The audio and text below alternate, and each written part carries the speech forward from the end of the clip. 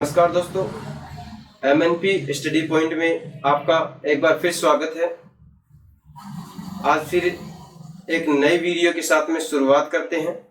आज का हमारा टॉपिक है विश्व मानव अधिवास यानी कि वर्ल्ड ह्यूमन सेटलमेंट्स। ठीक है, सबसे पहले देखते हैं अधिवास का अर्थ। अधिवास का अर्थ क्या होता है? ठीक है, पृथ्वी के धरातल पर मानव द्वारा निर्मित एवं विकसित आवासों के संगठित समूह को अधिवास कहते हैं। अधिवास को मानव बस्ती भी कहा जाता है। अधिवास की जैसे कि मकान, घर, हाउस और निवास स्थान, इनकी इकाई होती है। ठीक है, फिर एक परिभाषा विडाल डी ला ब्लास ने भी दी है। विडाल डी ला ब्लास क्या कहते हैं कि मानव द्वारा स्वयं के लिए निर्मित एवं स्वयं की संपत्ति को रखने के लिए जिस इकाई की आवश्यकता होती है उसे अधिवास कहते हैं। ठीक है, फिर नेक्स्ट आता है अधिवास के प्रकार। अधिवास के प्रकार को हम दो भागों में बांट सकते हैं, एक तो अस्थायी अधिवास और एक स्थायी अधिवास। इस जो इनके अधिवास के प्रकार, इनका आधार है वह है उत्पत्ति के आधार पर। ठीक है, तो सबसे पहले हम देखते हैं अस्थायी अधिवास यानी कि टेम्परेरी सेटलमेंट।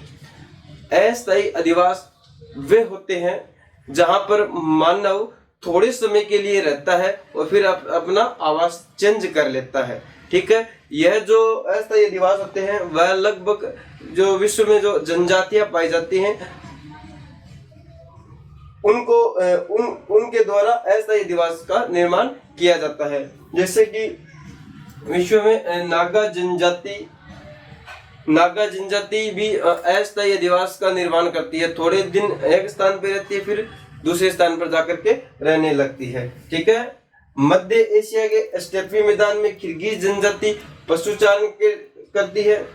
जहां पर पशुओं के लिए चारा खत्म हो जाता है तो वह एक दूसरे स्थान पर चली जाती है। इसी प्रकार से ध्रुवीय क्षेत्रों में रहने वाली एस्किमो जनजाति, जो कि जिसके घर को इग्लू कहते हैं, यानी कि इग्लू का मतलब होता है बर्फ का मकान। ये क्या करते हैं कि ग्रीष्म काल के अंदर रेंडियर व सील मछली की खाल से अपने घर अस्थायी घर बनाते हैं। ठीक है,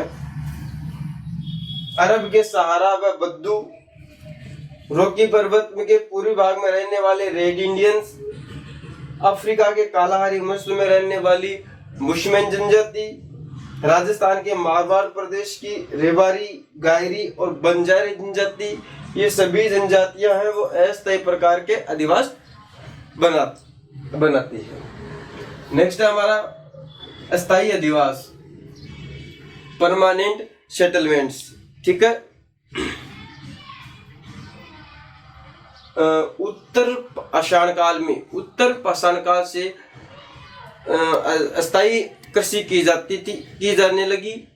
उसी से अस्थायी अधिवासों का निर्माण माना जाता है, क्योंकि जिस समय से मानव अस्थायी कृषि करने लगा था उसी समय वह परमानेंट घर के रूप में अपना आवास को स्थापित कर लिया था। इससे हम अस्थायी अधिवास का निर्माण होता है। वर्तमान में भी अस्थायी अधिकतर लोग हैं वह अस्थायी अधिवास बना करके रहते हैं।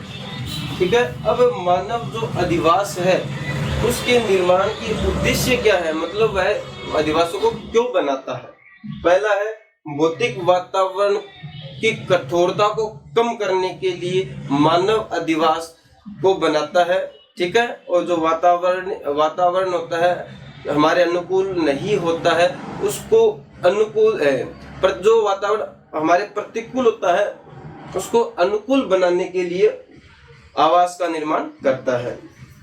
दूसरा है खाद्य सामग्री के भंडारण के लिए मानव अपने लिए और पशुओं के लिए, अपने लिए खाद्य सामग्री और पशुओं के लिए चारा का भंडारण करने के लिए भी आवास का निर्माण करता है। जंगली जानवरों से सुरक्षा, मानव जंगली जानवरों से सुरक्षा सुरक्षा के लिए भी अधिवासों का निर्माण करता है। नेक्स्ट है सामाजिक, आर्थिक, धार्मिक, सांस्कृतिक व शैक्षिक कार्यों के लिए भी मानव अधिवास का निर्माण करता है। पारिवारिक एवं विलासितापूर्ण जीवन जीने के लिए आज के भौतिक युग में सभी को एक बढ़िया आवास चाहिए जिसमें कि सभी प्रकार की फैसिलिटीज उपलब्ध हो। तो मानव है वह अपनी विलासितापूर्ण जीवन जीने के लिए भी आवास का निर्माण करता है। हमारा नेक्स्ट टॉपिक है मानव अधिवास का वर्गीकरण। मानव अधिवास को हम दो भागों में बांट सकते हैं, ठीक है। हमने आधार माना है, एक तो प्राकृतिक दशा एवं आधारभूत कार्य के आधार पर मानव अधिवास को दो भागों में बांट सकते हैं, ग्रामीण अधिवास या ग्रामीण बस्तियां, दूसरा है नगरीय अधिवास, ठीक है। ग्रामीण अधिवास को हम ग्रामीण बस्तियां भी बोलते हैं। ग्रामीण अधिवास को हम चार भागों में बांट सकते हैं, सघन या गुच्छित अधिवास, प्रकीर्ण या एकाकी अधिवास, मिश्रित अधिवास या पल्ली या पुराना अधिवास, ठीक है। ये चार भाग है, हम थोड़ा सा इसको डिटेल में देखें। पहला है सघन या गुच्छित अधिवास, ठीक है।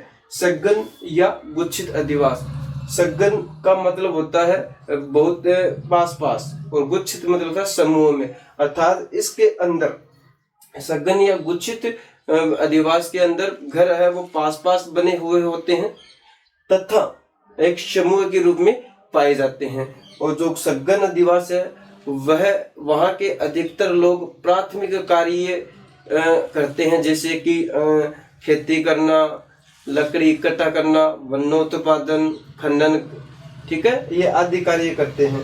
सघन या गुच्छित अधिवास को कुछ अन्य नाम भी दिया गया है, इसको अन्य नाम से जाना जाता है, जैसे कुंजित अधिवास, सहत अधिवास, सकेंद्रित अधिवास और संकुलित अधिवास, ये सघन अधिवास के अन्य नाम है, ठीक है। अब इसकी सघन अधिवास की कुछ विशेषताएं हैं। पहले जैसे जो सघन अधिवास है वह खेतों के मध्य या बाढ़, जहाँ पर बाढ़ आती है उनसे दूर वाले स्थानों पर अधिवास बनाए जाते हैं। दूसरा है अधिवास पास पास बने हुए होते हैं। तीसरा है एक स्थान पर सकेंद्रित होते हैं, जो भी अधिवास बनाए जाते हैं सघन या गुच्छित अधिवास में वह एक दूसरे से सकेंद्रित होते हैं, यानी पास पास बने हुए होते हैं। तीसरा है सामाजिक प्रगाढ़ता, अर्थात पास मकान या घर है वो पास पास बने हुए होते हैं जिनमें कि मतलब सामाजिक प्रगाढ़ता भी अधिक पाई जाती है, वह एक दूसरे के दुख दर्द और सुख के अंदर सहयोग करते हैं।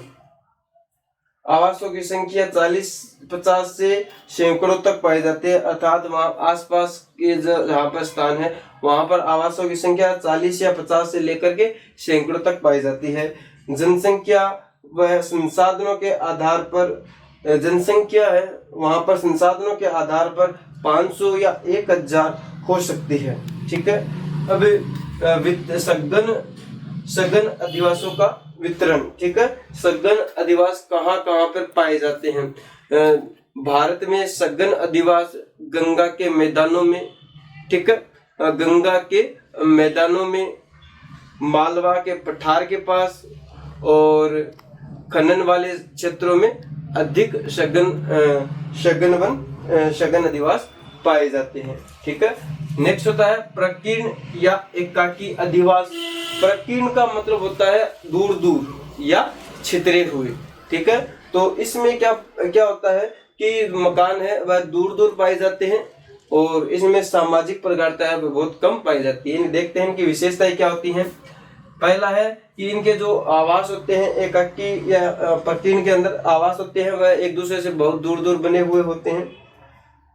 व्यक्ति है, दूसरी विशेषता है व्यक्ति एकाकी जीवन जीने में विशेष रुचि रखता है, अर्थात व्यक्ति एकाकी जीवन जीने के लिए स्वतंत्र रहना चाहता है।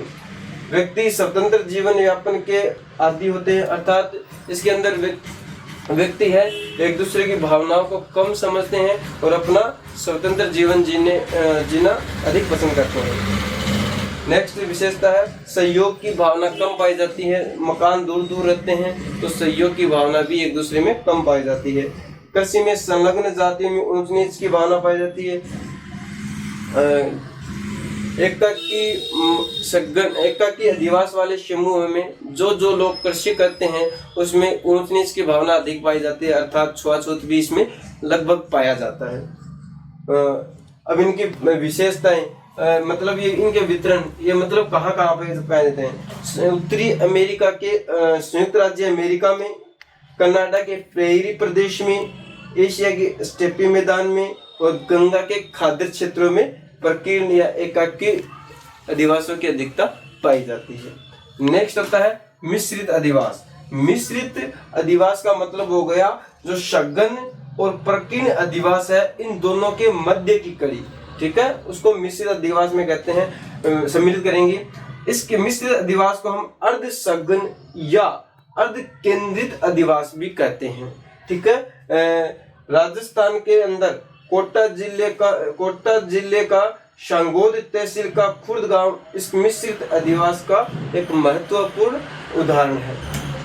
नेक्स्ट है पल्ली या पुराना अधिवास, ठीक है। पल्ली या पुराना अधिवास ये उन क्षेत्रों में पाए जाते हैं जहां पर पर्वतीय प्रदेश हो, पर निचली घाटियों के क्षेत्र हो और खनन वाले क्षेत्र हो, ठीक है। ये हमारा ग्रामीण अधिवासों के प्रतिरूप, ठीक है। सबसे पहले हम देखते हैं प्रतिरूप क्या होते हैं, ठीक है। प्रतिरूप अधिवास की बसावट की आकृति के आधार पर किए गए विभाजन को अधिवास का प्रतिरूप कहा जाता है, ठीक है।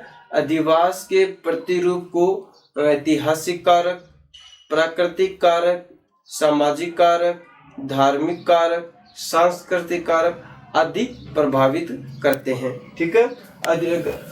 ग्रामीण अधिवासों के प्रतिरूप को हम निम्न भागों में बांट सकते हैं। पहला है रेखीय प्रतिरूप, ठीक है। रेखीय प्रतिरूप को हम अन्य नामों से भी जानते हैं, जैसे कि पंक्तिनुमा प्रतिरूप, मार्गोन्मुख प्रतिरूप, अर्धचंद्राकार प्रतिरूप और ग्रामीण क्षेत्र के अंदर किसी सड़क, रेलगाड़ी, नदी मार्ग और नहर मार्ग आदि के किनारों पर यदि बस्ती मतलब अधिवासों का निर्माण होता है तो वह रेखीय प्रतिरूप कहलाता है, ठीक है। इसका सबसे बड़ा उदाहरण है जयपुर जिले का बरवाड़ा गांव, रेखीय प्रतिरूप का सबसे अच्छा उदाहरण है। नेक्स्ट है हमारा तीर प्रतिरूप, ठीक है। तीर प्रतिरूप दो आब के मध्य, दो आब का मतलब दो पानी वाले स्थानों के बीच में विकसित आवासों के रूप को तीर प्रतिरूप कहते हैं, ठीक है। दो आब के मध्य विकसित आवास के प्रतिरूप को तीर प्रतिरूप कहते हैं, ठीक है। तो तीर प्रतिरूप है वह दक्षिण भारत में कन्याकुमारी और उड़ीसा में चिल्का झील के तट पर बने होते हैं। इस प्रकार जो तीर प्रतिरूप के जो मकान है वह आवास है वह भारत के में कन्याकुमारी और उड़ीसा में चिल्का झील के तट पर बने हुए होते हैं। नेक्स्ट है त्रिभुजाकार प्रतिरूप, ठीक है। त्रिभुजाकार प्रतिरूप जब नदियों, सड़कों और नहरों का संगम होता है लेकिन वो एक दूसरे को काटती नहीं है, तब त्रिभुजाकार प्रतिरूप का निर्माण होता है। सबसे बढ़िया उदाहरण है पंजाब और हरियाणा में ऐसे त्रिभुजाकार प्रतिरूप वाले अधिवास अधिक पाए जाते हैं। नेक्स्ट है आयताकार या चौपट्टी प्रतिरूप। दो सड़कें आपस में मिलती हैं, जब दो सड़कें आपस में मिलती हैं और दोनों तरफ गलियों का निर्माण हो जाता है तो वहां पर आयताकार या चौपट्टी प्रतिरूप पाया जाता है, ठीक है। आयताकार या चौपट्टी प्रतिरूप विश्व में समतल उपजाऊ मैदानों भागों में अधिक पाए जाते हैं। नेक्स्ट है हमारा अर्य त्रिज्या प्रतिरूप, ठीक है। किसी स्थान पर अनेक दिशाओं से सड़कें आकर के मिलती हैं तो अर्य त्रिज्या प्रतिरूप अधिवासों का निर्माण होता है, ठीक है। विश्व में घनी आबादी वाली उपजाऊ मैदानी भागों में ऐसे अर्य प्रतिरूप क्षेत्र है वो पाए जाते हैं। भारत में बात करें तो भारत में गंगा के ऊपरी मैदान एवं तमिलनाडु राज्य में अरीय त्रिज्या प्रतिरूप पाए जाते हैं। नेक्स्ट है वर्ताकार प्रतिरूप। ठीक है, वर्ताकार प्रतिरूप, इसका मतलब यह हो गया कि किसी गांव में झील, तालाब, कुएं, धार्मिक स्थल, किले आदि के चारों ओर यदि अधिवासियों का निर्माण हो जाता है तो वह वर्ताकार प्रतिरूप कहलाता है। ठीक है, और ये वर्ताकार प्रतिरूप है वह नाभिक प्रतिरूप की प्रारंभिक अवस्था मानी जाती है। नेक्स्ट है हमारा तारा प्रतिरूप। ठीक है, प्रारंभ में तारा प्रतिरूप है वह अरीय प्रतिरूप के रूप में विकसित होता है। जैसे जैसे अरीय प्रतिरूप के बाहर की ओर सड़कें जाती हैं, उसके दोनों ओर मतलब मकान विकसित हो जाते हैं तो तारा प्रतिरूप का निर्माण होता है। ठीक है, नेक्स्ट है पंखा प्रतिरूप। सड़क के किनारे किनारे रेखीय प्रतिरूप बस्ती का निर्माण होने से पंखा प्रतिरूप का निर्माण होता है। नेक्स्ट होता है अनियमित प्रतिरूप। ठीक है, अनियमित प्रतिरूप का मतलब होता है कि बिना किसी योजना के बनाए गए मकानों या आवासों का प्रतिरूप है वह अनियमित प्रतिरूप कहलाता है। भारत में अधिकांश गांव अनियमित प्रतिरूप में बसे हुए हैं। राजस्थान के 12 जिले का लिसाड़ी गांव अनियमित प्रतिरूप की श्रेणी में आता है। नेक्स्ट है सीढ़ीनुमा प्रतिरूप। सीढ़ीनुमा प्रतिरूप आवास या अधिवास ऐसे पर्वतीय ढालों पर बनाए जाते हैं जैसे कि हिमालय, रॉकीज, एंडीज और आल्प्स पर्वतों में ग्रामीण बस्तियां सीढ़ीनुमा प्रतिरूप की श्रेणी में आती हैं। नेक्स्ट होता है मधुछत्ता प्रतिरूप। ठीक है, यह मधुमक्खी के छत्ते जैसा होता है जिसके कारण इसको मधुछत्ता प्रतिरूप कहते हैं। भारत में टोडा जनजाति, आंध्र प्रदेश के समुद्र तटीय मछुआरों के गांव और दक्षिण अफ्रीका के जुल्लू लोग, ठीक है, अधिकतर है वो मधुछत्ता प्रतिरूप के अंदर ही आते हैं। अब हम देखते हैं ग्रामीण अधिवासों की समस्याएं। ग्रामीण अधिवासों में क्या क्या समस्याएं पाई जाती हैं। सबसे पहला है आवागमन के साधनों का अभाव। ग्रामीण क्षेत्रों में आवागमन के साधनों का अभाव होता है। सड़कें पूरी विकसित अवस्था में नहीं पाई जाती हैं। ठीक है, और जो परिवहन के साधन है उनका भी पूरा अभाव पाया जाता है। नेक्स्ट है स्वच्छ पेयजल का अभाव। ग्रामीण क्षेत्रों के अंदर पीने के लिए जो मानव की मूलभूत आवश्यकता है जल, उसका भी अभाव पाया जाता है। नेक्स्ट है स्वास्थ्य सेवाओं का अभाव। ग्रामीण क्षेत्रों के अंदर स्वास्थ्य सेवाओं की पूर्ति बहुत ही कम हो पाती है। छोटी छोटी बीमारियों के लिए भी ग्रामीण क्षेत्र के व्यक्ति को शहरों की ओर जाना पड़ता है। नेक्स्ट है विद्युत आपूर्ति का अभाव। ग्रामीण क्षेत्रों में विद्युत आपूर्ति है वह बहुत ही कम होती है, जिससे कि वहां पर कृषि कार्य है और अन्य कार्य